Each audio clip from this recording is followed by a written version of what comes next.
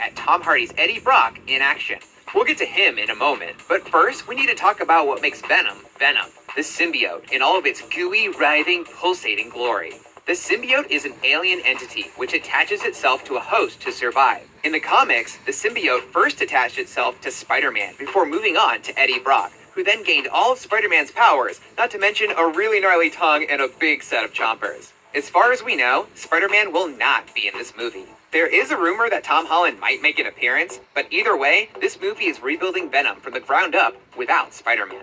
Let's piece together what we can of the story. The symbiote is in the possession of this man, who we believe to be Carlton Drake, played by Riz Ahmed. Where did he get it? Possibly from this crashed spacecraft, which would make sense given that the symbiote comes from a whole planet of symbiotes in the comics. Carlton Drake is the head of the Life Foundation, an organization Tom Hardy's Eddie Brock looks to be investigating based on a previously released photo. Eddie had a short-lived career as a reporter in the comics, and all of these scenes in the trailer make it look like he broke into the Life Foundation to dig up dirt on their shady dealings.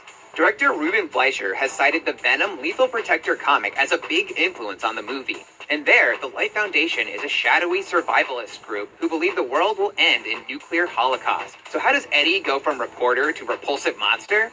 Perhaps Eddie comes across the symbiote while investigating the Foundation and bonds with it. And during his escape, he gets into a car crash. And then he winds up in the hospital where the symbiote starts to take him over, as you can see from the blackness creeping up the side of his neck.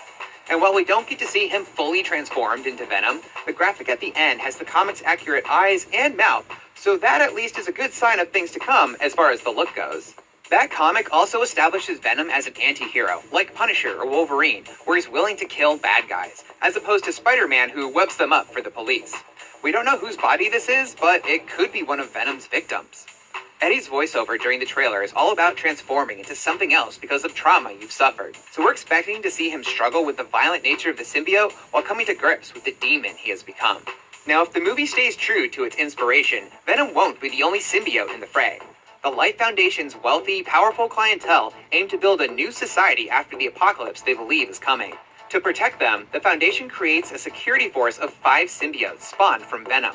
As you'd expect, a team of monsters named Agony, Phage, Riot, Lasher, and Scream don't turn out to play well with others, and they go on to wreak all sorts of havoc. Fleischer has also said that the Planet of the Symbiotes comic was an influence on the movie, which saw Venom teaming up with Spider-Man and Scarlet Spider to fight those same 5 creations to prevent a full-on invasion of alien symbiotes. There's also this character, played by Michelle Williams, who is rumored to be Anne Weying, a lawyer who develops an unhealthy romantic relationship with Eddie in the comics.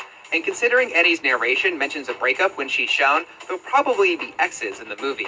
And it's worth noting that at one point in the comics, she bonds with the symbiote and becomes She-Venom. The last shot we want to point out seemingly shows Eddie using some sort of psychic blast, but given that Venom doesn't have that kind of power, we're assuming this is either an unfinished visual effect shot, or just as likely, this was some trick editing and the knockback was caused by someone or something else.